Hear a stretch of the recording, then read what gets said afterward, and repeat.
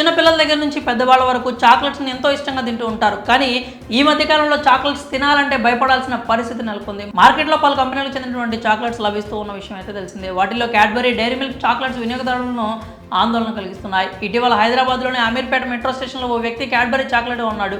Wrapper open చేసి తీరా తిందామనుకునేసరికి సజీవంగా ఉన్న పురుగు కనిపించింది. దీంతో ఆ వ్యక్తి జీహెచ్ఎంసీకి ఫిర్యాదు చేశాడు. ఈ ఘటనపై విచారణ చేపట్టిన సంబంధిత అధికారులు సంచలన నిర్ణయం తీసుకున్నారు. క్యాడ్బరీ, డైరీ మిల్క్ చాక్లెట్స్ తినడంపై తెలంగాణ స్టేట్ ఫుడ్ ల్యాబొరేటరీ కీలక నిర్ణయం తీసుకుంది. క్యాడ్బరీ, డైరీ మిల్క్ చాక్లెట్స్ ఆరోగ్యానికి సురక్షితం కాదు అంటూ తెలంగాణ స్టేట్ ఫుడ్ ల్యాబొరేటరీ నిర్ధారించింది. క్యాడ్బరీ, డైరీ మిల్క్ చాక్లెట్స్ తినకూడదు అంటూ వాటికి దూరంగా ఉండాలి అని ప్రజలకు విజ్ఞప్తి చేసింది. అయితే క్యాడ్బరీకి చెందిన అన్ని రకాల చాక్లెట్స్ కూడా కేవలం roast almond, fruit and nut chocolates మాత్రమే సురక్షితం కాదని తెలంగాణ ఫుడ్ ల్యాబొరేటరీ స్పష్టం చేసింది.